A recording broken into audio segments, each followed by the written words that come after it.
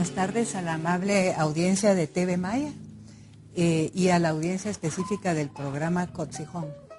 Al programa al que queremos agradecer el espacio que mensualmente nos facilita para desarrollar el foro de diálogo y debate que hemos denominado Una mirada crítica sobre Guatemala.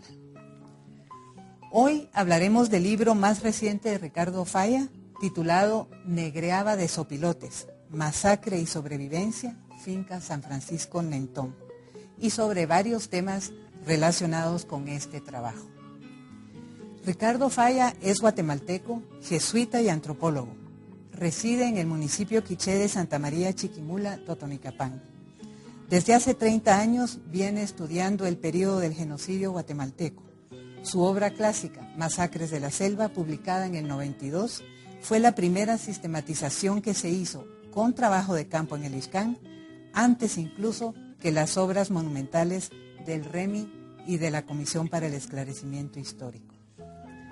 Para conversar con el padre Falla, me acompaña el antropólogo Juan Carlos Uspinula, que es investigador en Avanzo, trabajando actualmente en un estudio sobre la inversión pública y los consejos de desarrollo. Mi nombre es Clara Arenas, yo soy la directora ejecutiva de Avanzo. En este primer segmento del programa, quisiéramos saber más sobre este libro recién publicado y presentado apenas hace 2 días. La primera pregunta que salta a la vista al padre Falla es: ¿por qué este título, Negreaba de Sopilotes? Bueno, el libro se llama Negreaba de Sopilotes. Entonces, algunas personas me han dicho que el solo título les eriza los pelos, ¿verdad?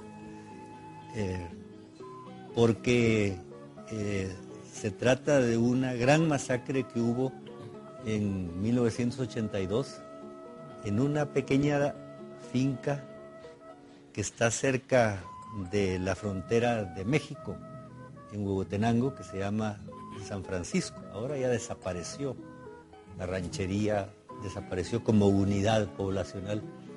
Entonces, a mí me dijeron que después de que el ejército mató a la gente aquí, entonces volvieron ellos y hay un gran cedro, hay un gran árbol que estaba en aquel tiempo y todavía está ahí.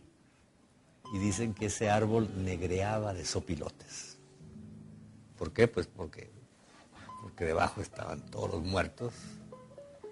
No solo estaban los pollos y los marranos, los coches comiendo los restos de la gente que habían matado, sino que estaban también los sopilotes. Cuando hay muertos, el sopilote no distingue si es hombre o gente o mujer o animal, ahí van, ¿verdad? Pues son los restos. Por eso yo busqué este título un poquito llamativo. Pero después se explica y se dice Masacre y Sobrevivencia, porque el libro no solo trata sobre la masacre, que fue terrible, el 17 de julio de 1982, no solo trata de la masacre, sino que trata de cómo los sobrevivientes, porque no murieron todos, cómo los sobrevivientes han podido llegar hasta nuestros días. Esto es sobrevivencia también, de la finca San Francisco Nentón, Huehuetenango. Entonces ese es el tema del libro. No sé si se puede ver aquí más en detalle. La portada me la hizo un compañero jesuita, que es artista. Entonces puso el cedro, el árbol con los opilotes. Abajo están los cadáveres y detrás hay una pirámide maya, porque ahí en ese lugar existe una pirámide maya. No es como Tikal, pero es una pirámide de cerca de 10 metros de alto, ¿no? Y el fondo es el huipil de San Mateo Ixtatán, que esta gente que murió ahí, Chuj, el pueblo Chuj de San Mateo Ixtatán, ¿sí? Entonces, esa es la respuesta a la pregunta, ¿no? Padre, antes que nada, déjeme déjeme unirme al Nimkij que decía Isabel el día de la presentación oficial del libro, porque es una obra que refleja mucho su autenticidad, su narrativa, una narrativa muy característica suya, un lenguaje que, como dice una compañera antropóloga, que ya no es de este tiempo. Usted en el inicio del libro nos habla de cómo esta masacre de San Francisco se publicó fuera del país. Sí. De alguna forma para nosotros, al tener el libro hoy en día, fue ventajoso porque eso permitió que ahora tengamos una obra completísima que tiene un amplio recorrido en la historia de nuestro país, que da un salto a la historia también, al pasado, y que nos da, entre muchas cosas, un homenaje a las víctimas, el pensar diferentes formas de genocidio, pero también cómo entender nuestra historia, nuestro presente a través de la historia. ¿Nos puede contar un poco usted cómo se va desarrollando la idea que culmina en Negreaba de Sopilotes? ¿Cómo va surgiendo la idea del libro y cómo...? Es que lo que pasa es que en 1982, 2 meses y medio más o menos después de la masacre, yo hice un recorrido por la frontera de Guatemala con México, pero del lado de México, porque yo ya no podía entrar a Guatemala con seguridad. Entonces encontré ahí a los sobrevivientes. Y bueno, fue una experiencia tremenda. Jamás, pues, yo había oído, ni jamás oí después un relato tan tremendo, ¿verdad? De lo que fue esa masacre, contada por un señor, don Mateo Ramos País, Chujo, y cómo él se salvó, ¿verdad? Entonces, yo salí de esa conversación como si estuviera bañado de sangre, e inmediatamente, como loco, me puse a escribir y a analizarla un poquito con algunos instrumentos antropológicos, ¿verdad? Y la transmití a través del periodista Alan Riding al New York Times.